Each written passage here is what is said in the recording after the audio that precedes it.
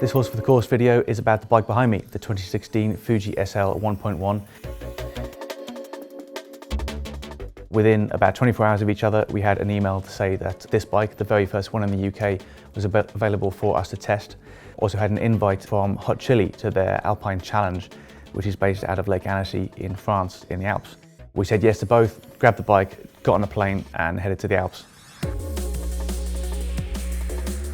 So the big headline with the SL 1.1 is its weight. The first thing we did when the bike arrived and we took it out of the box was to put it on some scales, and this size 56 bike tipped our scales at 5.05 kilograms. The big question for us about the Fuji SL 1.1 is whether this is just a light bike or whether this is a really good race bike that has a fantastic headline weight figure. Really, the Alpine Challenge was about the best possible opportunity to answer this question. It's a really interesting event because it combines a competitive element with a more social riding element. It takes place over 3 days in the Alps. Each day involves between 60 and 85 miles of riding with a total of 8,000 meters of climbing over the 3 days. Now the riding's mixed up into group riding with ride captains at either end of the group, motorbikes giving you a rolling road closure, which is a luxury you can never tire of, plus mechanical and medical support following you in vans. It's as close to being on a pro team training camp as you could ever wish for. For those of you with some real competitive demons burning away inside of you, you will also love the fact that there is a general classification and a timed element to the Alpine Challenge. When we hit these climbs, the whole vibe changes and it goes from being friendly into some pretty serious competition. Yeah, if I'm honest, that's something I absolutely revel in. So the chance to take part in this event and to do so on a bike like this, I couldn't have been more excited. To prepare the bike for the Alpine Challenge, there were just two things that I really wanted to change on the bike, having looked over the spec. One was the stem. It comes with a very lightweight aluminium oval stem, but it was simply too short for me. So I fitted this Pro Vibe UD carbon stem. Surprisingly, it actually added 40 grams. Not a huge amount, but it's a very beefy thing. It's really stiff, so I was confident that it wasn't going to detract from the handling at all. The other thing I changed is the crankset. You can see behind me, this bike now has a Quark power meter in it. Now I didn't actually need the Quark power meter because I was using Garmin Vector 2 power meter pedals. Also, I didn't want to glue a magnet to Fuji's brand new bike in order to use the Quark.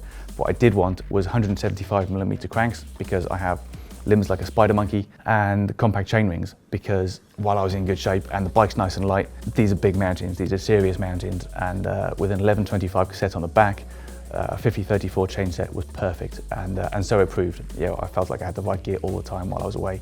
This bike wears SRAM Red 22 group set. It uses E extra light brakes, and easily the spec highlight the Reynolds RZR 46 wheels. They're under a kilo for the pair, which is simply staggering. It's a full carbon fiber construction. The rim, the spokes, the hub, it's all bonded together, and they're quite incredible wheels. When they came out, they cost £5,000 just for the wheel set. Here they're OE in a bike costing 8.5 grand. You'd have to say that makes the bike, even at this price, represent pretty good value for money. They're shod in Vittoria Chrono CS 22mm tubular tyres. That was something else we were a little bit concerned with because, for one, they offer extremely low puncture resistance, and now that everyone's moving towards 25mm tyres, dropping something as skinny as a 22 played on my mind a little bit with the big descents we're going to be facing. It begins with a prologue. The prologue effort was 8 kilometers. I had a rough guess how long it might take and sort of paced my effort accordingly using the parameter. Did a good ride, and happily I won it. That got me into the HotChillee Sigma Sport Leaders jersey for the rest of that day, and from there we went on to the called the Semnos, which is a much more serious climb, longer, steeper pitches, and now we'll be racing head to head. Stage 2 was a little shorter, a little easier gradient, but still a 6.5 kilometer effort, and stage 3 was a 12 kilometer monster. On the steeper parts, the Fuji really shone. The Reynolds wheels, they're pretty aero for something so skinny. They roll nice and fast when you get a lower sort of pitch of gradient. The steeper stuff is where you'd expect a bike like this to shine, and it really does. With a 34-25 bottom gear, I never felt over-geared. You could sit in the saddle, keep a decent cadence even when the gradient reaches sort of 12%, with some effort, of course. What we were particularly interested in was how it was going to descend. These 22mm tubular tyres require a minimum of 120 psi.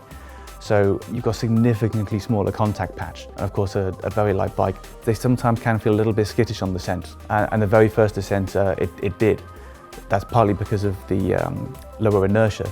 You quickly build confidence leaning it into corners a little bit deeper, but with so little inertia, so little gyroscopic effect in the wheels, the change of direction, even at high speed, when you're used to a bike being a little more ponderous, is lightning fast. But that's not a fault with the bike, that was really something to calibrate to, and simply by the second descent, I very quickly had a lot more confidence in it. From initially feeling like this might be a bike that you really put your effort in uphill, and then you just get back down the hill comfortably without pushing it.